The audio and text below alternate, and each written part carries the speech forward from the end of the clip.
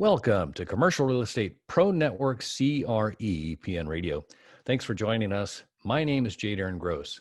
This is the podcast focused on commercial real estate investment and risk management strategies. Weekly, we have conversations with commercial real estate investors and professionals who provide their experience and insight to help you grow your real estate portfolio. Today, my guest is Jake Marmulstein. Before founding his company Groundbreaker, Jake held a number of roles involving real estate and technology, supporting the growth of early-stage digital technology ventures while working with the government on foreign direct investment by Fortune 500 companies. In 2011, he started his career in real estate, underwriting, hotel investments for Watermark Capital Partners. He graduated from Cornell University with a major in hospitality management and minored in real estate. And at Groundbreaker, Jake owns the company, strategic vision, and execution. He is responsible for sales, management of the departments, and people leading them. And Jake also manages the company finances and capitalization as well as the board. And in just a minute, we're going to speak with Jake about software automation for real estate fundraising, and how it can be an asset to you. But first, a quick reminder. If you like our show, CREPN Radio, there are a couple things you can do to help us. You can like, share, and subscribe. And as always, we encourage you to leave a comment. We love to hear from our listeners. And also, if you'd like to see how handsome our guests are, be sure to check out our YouTube channel.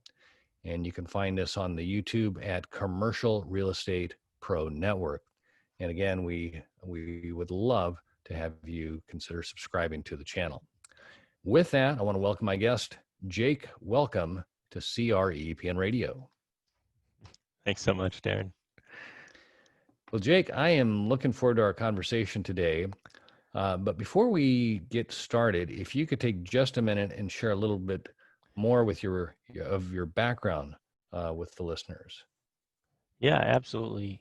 So I started in really growing up in a restaurant family, went to school to learn hospitality management, and I got very interested in real estate investment and spent some time going and working in a few different countries and getting exposure to what's out there in the world. And real estate was very fascinating to me. I got involved in investing in hotels, and when I was working in that field, I also had some experience in technology and was pretty tech savvy just from being the default de facto nerd in the house to fix everything that was broken as I was growing up. So I looked at this problem the same way. Raising money and managing investors using the current systems that we have available as investment management professionals is very manual and time consuming. And so I just thought there had to be a better way to do it. And then that seeded the idea to form Groundbreaker, and we've been going 6 years in this business. Awesome. You mentioned your background, or kind of where you saw or you were recognized the hurdles that real estate investors face when trying to raise capital. Can you elaborate a little bit on what it was that you saw, that the cumbersome challenges that you saw that there was a better way? Sure. So I spent a lot of my time formatting PowerPoint presentations and printing them out and making sure that everything looked good. When you're pitching to investors, you can't have anything really stand out as an error, formatting error, grammar, punctuation issue, or just the way that the information looks. It says a lot about your reputation and how well you're going to possibly manage an asset, how detail oriented you are. So everything really reflects on what you present to your investors. And so I wanted to find a better way to be able to package materials and present to investors. And I didn't find any solutions that really could do that. Everyone relies on, one-to-one email communication and phone calls. But what we ended up doing was creating an online system so people can log in, see your deal. It's formatted into a beautiful looking online page where you have all the photos and documents and information you typically see in an offering memorandum. And then we take the friction out of the investment process so that it's easier on the investor to be able to subscribe to a deal. And the solution that I run at Groundbreaker automates a lot of the process that goes above and beyond why I was initially frustrated. But as you continue in real estate investing, the more investors you get, the more people you have to answer to and report to. And so on the servicing side, it gets cumbersome and quite complicated when it's being managed in email and Excel. Um, there's a lot of ways to lose data and just have to resend things again. Um, and that's kind of just a high level overview, but I could definitely get into more details and specifics. Yeah, before we go forward, I'd love to just go back a little bit. Um, Now, were you directly involved with raising capital? You mentioned you had invested in hotels, um, and it wasn't exactly clear. Can you share a little bit about what your experience, your exposure was there? Yeah, so we would get offerings from brokerage firms and different sources of deals that might meet our investment thesis, and then I would do all of the underwriting and research to package the materials up for that deal if it's something that met the back of the envelope calculations, which would hit our threshold for the returns. And then we would assess the risk and decide if we wanted to put something together. And I would be putting all the materials that would go in front of the investment committee. So I would sit on the investment committee calls and get feedback from people. But before I even got on those calls, there was a long process of the due diligence and the review of all the materials to make sure that it was appropriate to be able to share with the investment committee. In the actual capital raising, I was more administrative support in handling the stuff that we needed to do to get people subscribed, but I didn't necessarily have to call investors directly during those times and get them to invest. That was more the managing partner of the firm. Gotcha. And so you mentioned you were doing some administrative as far as the fundraising. So were you in charge of basically the tech that was facing the investors, or was it primarily phone calls, emails, or Yeah, a lot of it was just doing emails and sending information out, and then using Excel to track that we had sent things and we were waiting to get the information back. Gotcha. Yeah. No, it's amazing. And I'm really frustrated when I say this, but my dad was a banker, and for years and years and years, I avoided online banking. Just it was like it was something that was, foolish kind of thing. You needed to grind through, the balancing your checkbook as I was taught, kind of thing. And I mean, it was like, holy moly, just to see that there was it was effective. I mean, I could balance my checkbook, but it was painful, and I hated it. I'd put it off, kind of thing. But just that recognizing there was an easier way, and now switching to the online banking, and it just all downloads, and just to as you're describing, to the process that you were engaged in, because it kind of reminds me of the banking scenario, of just you being tech savvy, and seeing what everybody's going through with the emails and trying to track them in a spreadsheet, and I'm assuming that you get a couple of iterations going, and possibly you can't distinguish one from the other, kind of thing, and maybe some redundancy kind of stuff, with a lot of frustration that compounds the situation. Is any of that true, or is that just me and the systems I create and recreate? No, you're right. There's a ton of redundancy. I mean, if you had to get access to what each investor invested across all of your deals, it would be really hard to find that because it's logged in different spreadsheets and different folders. So just finding the deals is takes you time, and then opening the spreadsheets and then you've got to have one spreadsheet that links across all the different spreadsheets and gives you the data. And it just becomes very cumbersome, um, having to manually update things and know all the locations of all of your data as well. As you grow, it just becomes more work. And instead of the tool actually providing you efficiency, you're kind of working for the tool to maintain it. Yeah, you are the tool, right? So, Yes. yeah. Um, so let me ask you, when you set out to start Groundbreaker, it sounds like there's obviously record keeping, is kind of a broad topic as far as all of the different moving parts. But is there any one of the many tasks that Groundbreaker takes care of that you identified as the primary, or was it all kind of like this a global, more of like there's got to be a better way?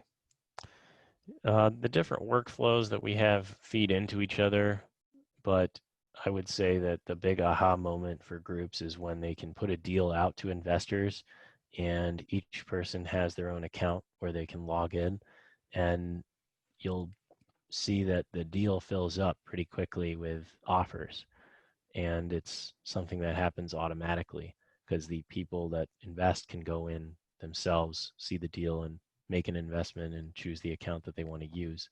But the traditional way would be that you'd have to sit by the phone or email, and you'd be spending hours with your investors one on one, having calls and getting them in or out, figuring out the amounts that they would invest, and booking that in your Excel spreadsheet.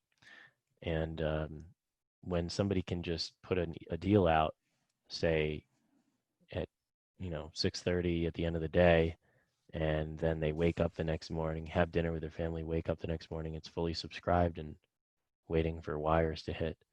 That's an amazing feeling.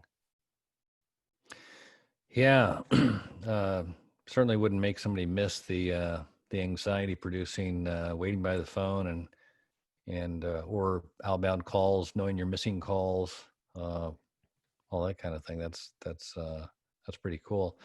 Um, so let's I guess give some, I don't know, some I don't know the right word I'm saying, but can you describe kind of what Groundbreaker, what all it does? I mean, we've talked a little bit about the ability to track deals and investors and stuff, but if you were saying, Darren, here's what here's who it's for, and here's how it works. This is what I mean. Give me your kind of description there, if you would. Yeah, sure, Darren. So if you're investing in real estate as a deal sponsor and you need to raise outside equity, then using Groundbreaker automates and streamlines many of the processes you'll have to go through, putting your deal together, getting it out to investors, and then raising the money and servicing them. Our clientele are mainly small to medium sized real estate investment firms that have a core team of 5 to 10 people, and or they could just be one guy, on his own doing deals and growing the business. And the common denominator is they all raise capital from investors, and they usually have a handful of investors in each deal, like 5 to 10 investors in each deal, sometimes hundreds of investors in each deal. And the more investors you have, the more work you have to do for each individual.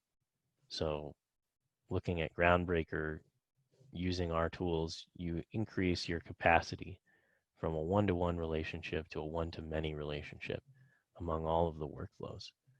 Fundraising, collecting subscription agreements, processing them, keeping the data organized, being able to upload reports and disseminate information to investors, writing emails, and being able to pay your investors.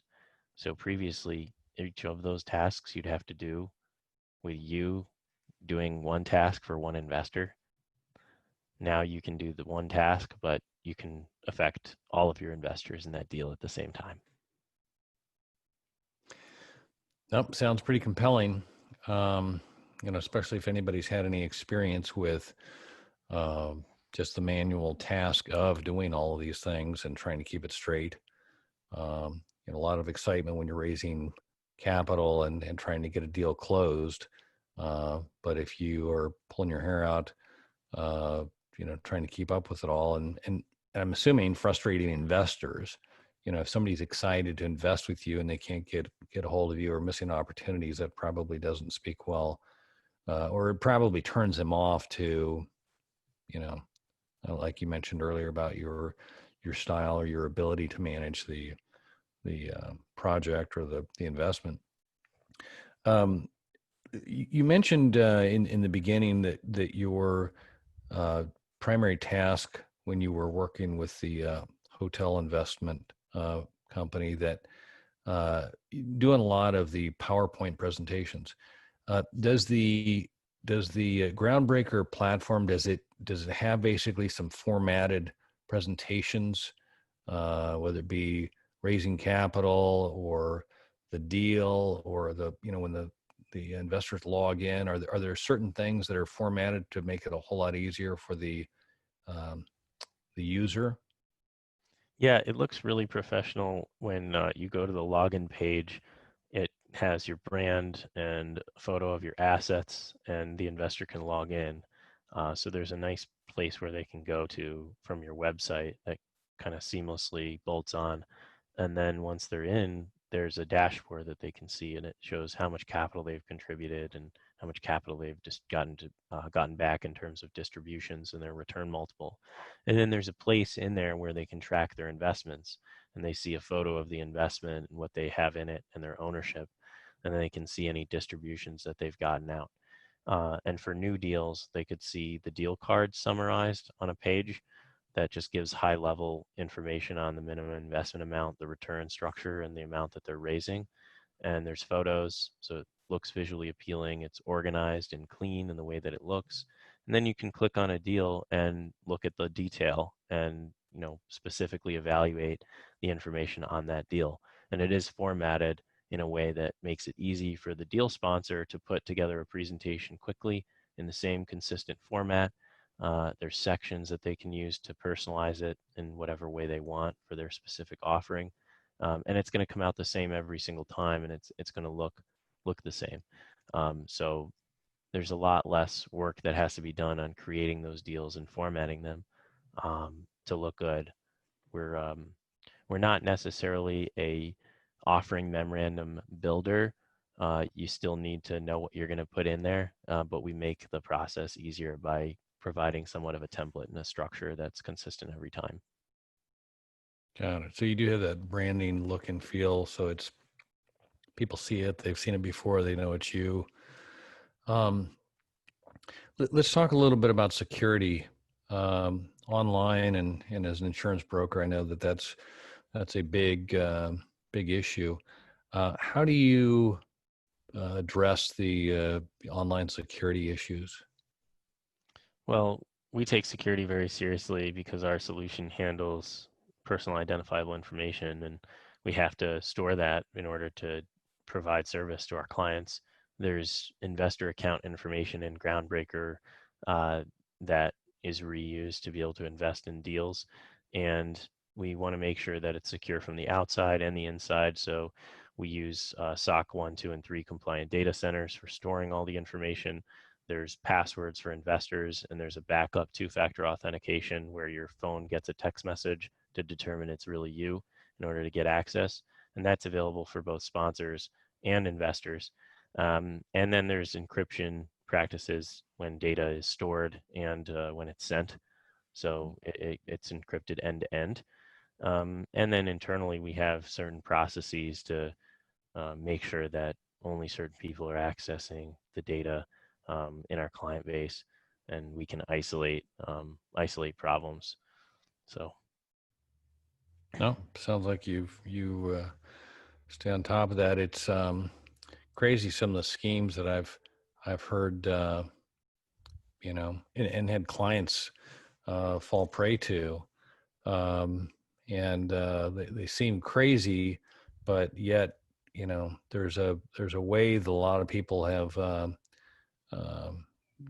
gotten uber creative on the digital uh, capabilities to where they can make something look and people think it's something they know and they click on it and all of a sudden they've got problems. So I'm sure that your investors and your deal sponsors can appreciate your commitment to security.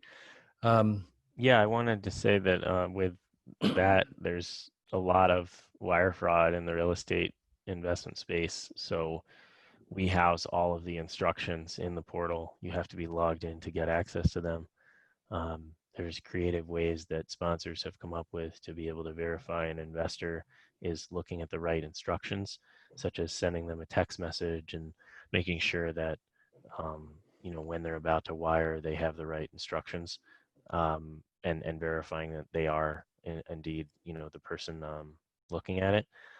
But our software actually takes all that out of the equation because you have the login and you have the two-factor authentication, and it's not like it's in an email that can easily be spoofed and changed where a lot of wire fraud does occur.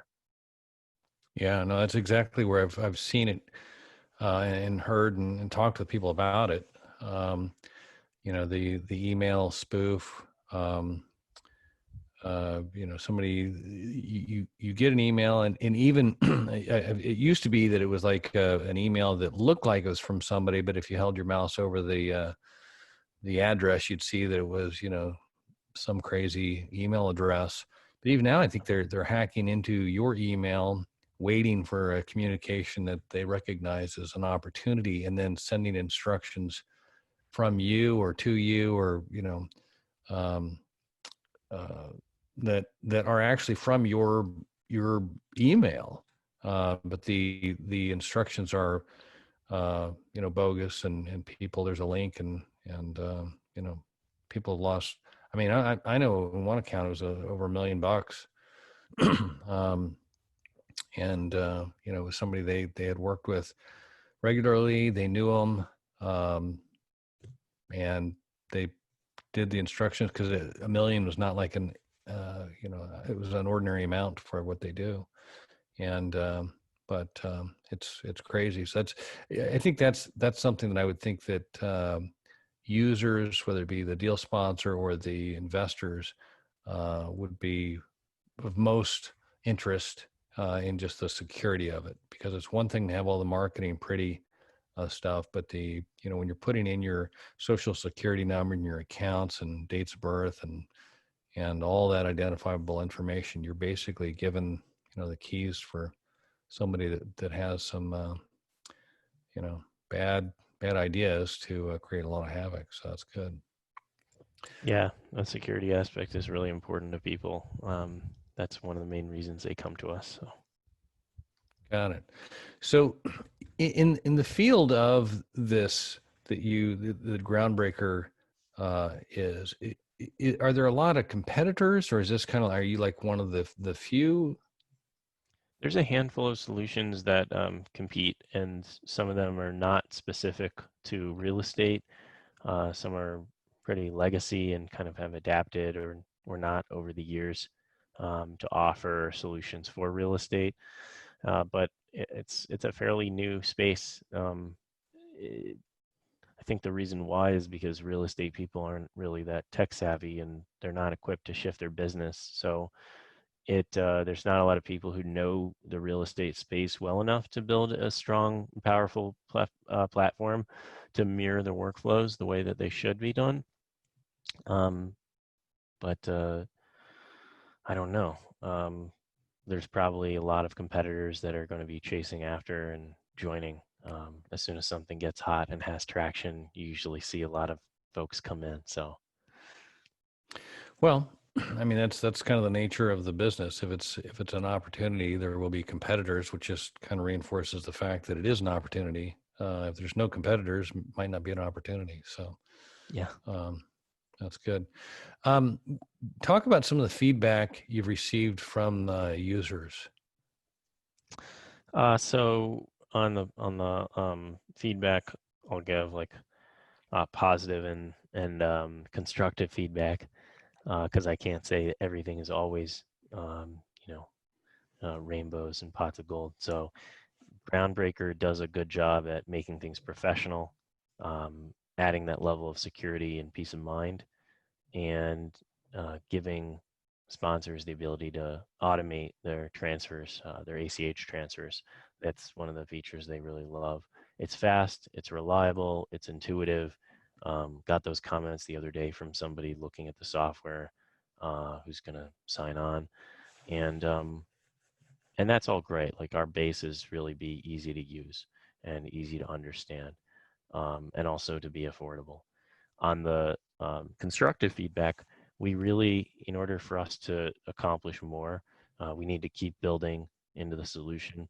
And some people want to be able to automate statement generation.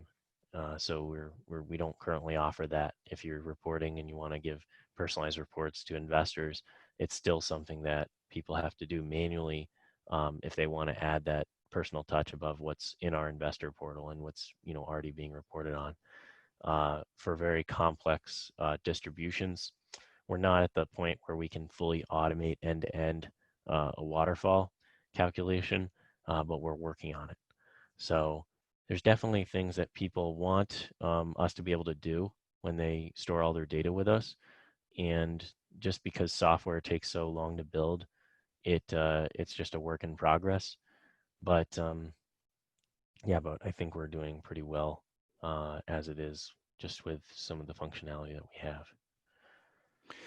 Yeah, I would think that that's a challenge that any software developer faces. I know there are platforms that I'm utilizing, and you run into a situation where, like, God, this would be nice if it just would, let me do this, and you raise your hand, but depending on their queue of problems that are on fire or things that they really want to solve, it may not happen for a while, but um, I guess that's the good news is that people have some ideas that are potentially helpful and could potentially help you develop the product, I guess, to make it more user friendly or even that much more better than potential competitors or however that is. So that's uh, part of I think that's part of your process and part of what you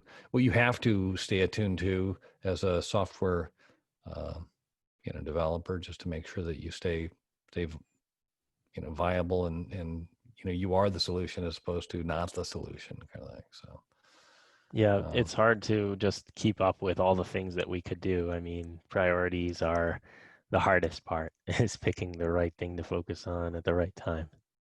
got it. I want to touch real quick. I looked on the website a little bit, and I saw the pricing in that you do it. I believe it's under assets under management. I was kind of curious how you chose that as opposed to like number of records, user records, which is what I've seen on not in this type of software, but other software CRMs that I've dealt with. It's priced on the number of users, or do the two kind of equate? If you've got more assets under management, you've presumably got more users. Yeah, that's a good question. It took us a while to figure out what pricing would be both, fair for the market and also fair for us. We've tinkered with many different models throughout the years. So one thing is we want people to be able to come on board and really grow with us wherever they start. If they're just starting on their first deal or if they're managing a portfolio of 20 deals, we want to be able to fit with them, and it's very hard to do that.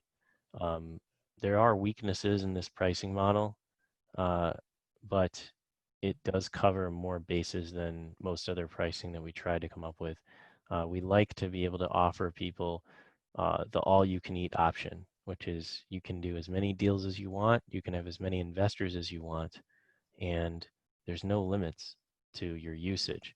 So you can really adopt the solution fully and completely into your business without being concerned about cutoff points. Uh, our pricing goes up as more equity is raised so that as the company grows, um, They're doing bigger size deals with larger average investment amounts, with more investors. They're growing, and we should be growing too. So it's an easier way to see how well somebody is growing and what impact the solution might be having on their ability to scale, to do it based on the equity under management, and also the way that it is done. Um, we only increase the price when capital is really contributed. So if you're a fund and you're raising $20 million to start the fund, you're only going to be paying for the equity that's actually contributed, not committed in a signed agreement, but not in a bank account collecting interest.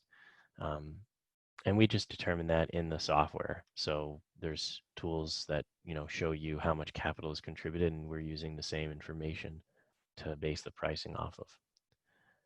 Got it. Well, I just see it. I saw that. That's kind of interesting, just the way that you came up with that. But I would assume that if you meet all the criteria and it helps investors really grow, it's not limiting their growth because they're no longer doing the spreadsheets and the emails and all that stuff that they're used to doing. That the tool is, there's value in the tool, and that it's helping them grow their assets under management, which would be a win for everybody. So I would assume I'm assuming you don't get any pushback on that. We don't right now. The pricing is really at the very low, reasonable point for people who are just starting out, because it goes all the way down to 0 to 1 million in equity. Right.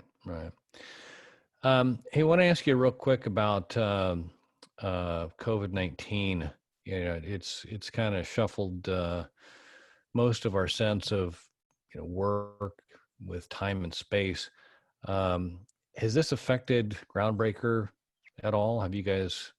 How's it affected you guys?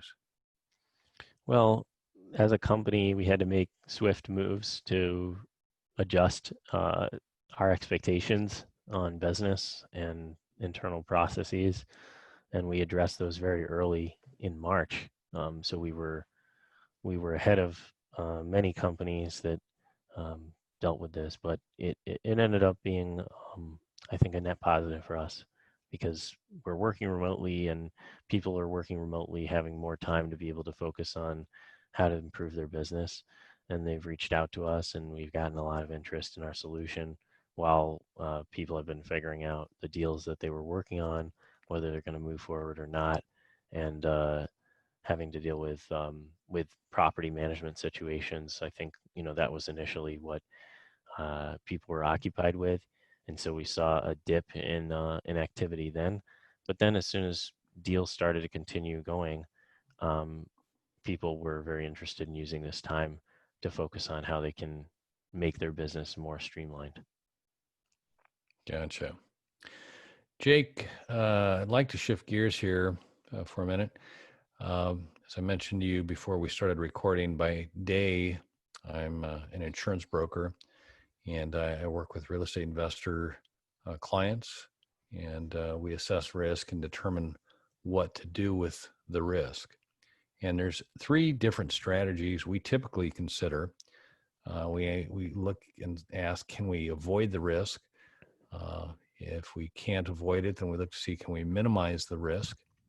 And then if we cannot minimize or avoid the risk, we look to transfer the risk. And that's what an insurance policy is.